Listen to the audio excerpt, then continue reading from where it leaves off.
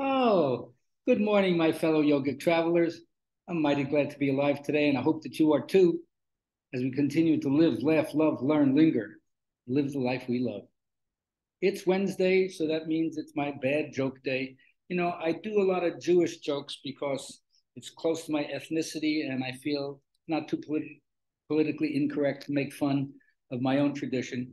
But I married into the Irish tradition, which is also known for its gift of gab, and it has its own version of humor. So I don't mind slinging a little bit to my adopted family of culture. Uh, so this woman knocks on the door. And father answers it and says, "Oh my God, sure you haven't been around here for 5 years. Your mother's worried to death. What you been doing since we saw you last?" Well, I'm sorry to say, David, I become a prostitute. A prostitute will have no horror of Babylon here. Get out of here. I never want to see you again. Never want to speak to you again. Okay, but I just came here to give my mom a mink coat, and I bought my brother a Ferrari, and I got you a lifetime membership at the country club, and I was going to invite you down to be on my yacht for Christmas. And wait. What'd you say you were? I said a prostitute. Oh, hug your father. I thought you said you were a Protestant.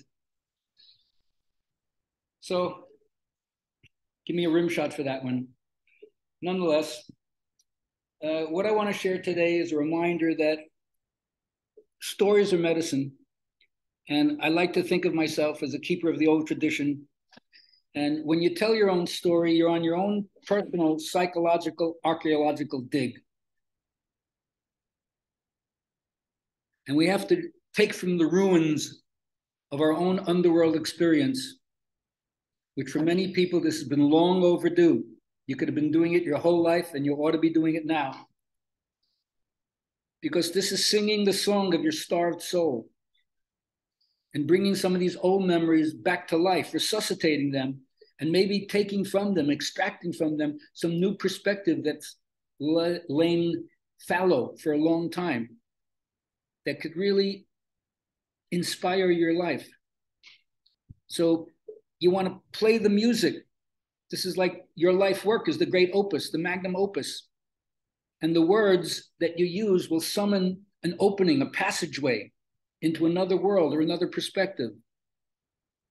So if you've been neglecting this from over domestication, if the surrounding culture no longer understands this anymore or tries to deny that it exists or has any relevance, stop the world, for I no longer want to participate in that view of reality. And once you find this, you'll want to keep it for good and inspire other people to do the same. Part of it, of course, is getting in touch with what I call your wild nature, which simply means get out in nature. Find those things that are not reflective of anything made by human hands or the human mind. It's a force that you can't live without. Or if you live without it, it destroys your instinctive nature. So in the ladies' or women's tradition, this is called la que sabe, she who knows.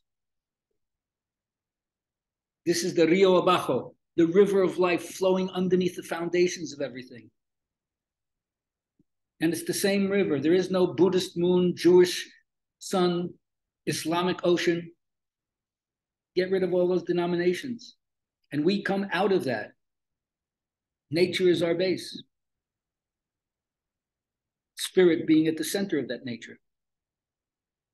It does not mean that you will lose your connection to your primary socialization of your family, your culture, your ethnicity, the world at large. You won't become less human by doing this. This will create real integrity and help you fulfill your humanity. And once you realize that each of us is one of a kind, each person customized to the max, your story completely unique and needs to be told, not only for your own sanity, but to inspire and invite people to do the same with their life. And all these stories have embedded instructions. That's why I say study mythology, study fairy tales, study your dreams, which are the personal myth, because they're going to guide you through the complexities of life. And if you make this visible in a down-to-earth way, which means always admitting humility and vulnerability, then telling your story will be a kind of encouragement to live fully and keep a steady hand in this time of transition. Have a great day.